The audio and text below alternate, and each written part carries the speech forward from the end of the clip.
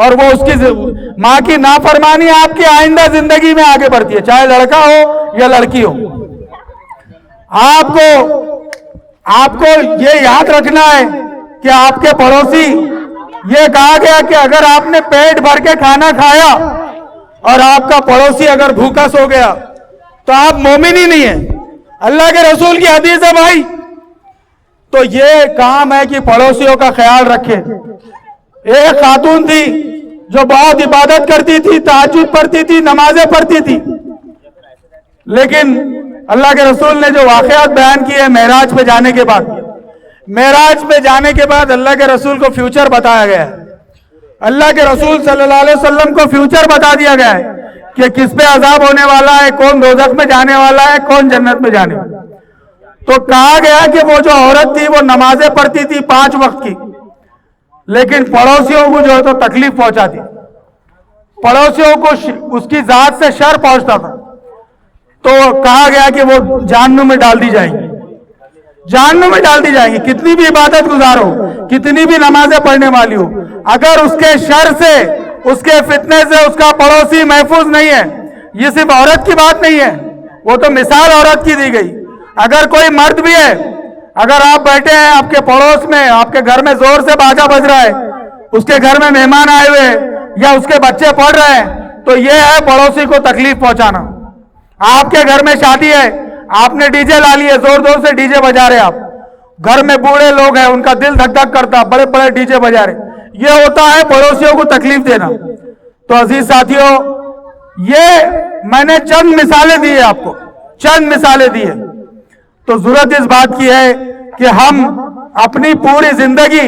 ادخلون فی السلم کافہ، یعنی اسلام میں پورے داخل ہونے کے مانند جو ہے تو بنانا ہے ہم کو۔ میں صرف ایک اعلان کر کے اپنی بات کو سمیٹ لیتا ہوں کہ مظفر نگر کی گلی نمبر 2 میں کل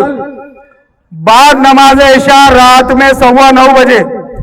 ایک پروگرام رکھا گیا ہے یوتھ ونگ کی طرف سے۔ یوتھ ونگ میں آپ کو بتا دوں کہ یہ ریاستی سطح پر مسلم نوجوانوں کو بھلائی کی طرف بلانے کا کام کر رہی ہے، مسلم نوجوانوں کو ان کی زندگی کا بھولا ہوا سبق یاد دلانا چاہتی ہے۔ وہ یہ چاہتی ہے کہ مسلمانوں کا یہ جو شباب ہے جو چبوتروں پہ اپنا وقت ضائع کر رہا ہے، جو گھنٹوں موبائل کے اندر اپنے قیمتی وقت کو ضائع کر رہا ہے، تو ان کو اسلام کی طرف لانا چاہتی ہے۔ وہ یہ چاہتی ہے کہ یہ دین کے سپاہی بنے، یہ دین کی تبلیغ کرنے والے بنے، یہ دین کو اوروں تک پہنچانے والے بنے اور خود بھی اسلام پر عمل کرنے والے بنے۔ یہ یوتھ ونگ کا مقصد ہے، اور یہ مہاراشٹر میں ابھی فی الحال ان کی ایک مہم جاری ہے جس کا عنوان ہے آؤ بھلائی کی طرف، آؤ بھلائی کی طرف، یہ اس کا عنوان ہے۔ اس کے تحت مختلف محلوں میں کارنر میٹنگز بھی لیے جا رہے ہیں، کچھ محلوں میں خطاب عام رکھے گئے ہیں،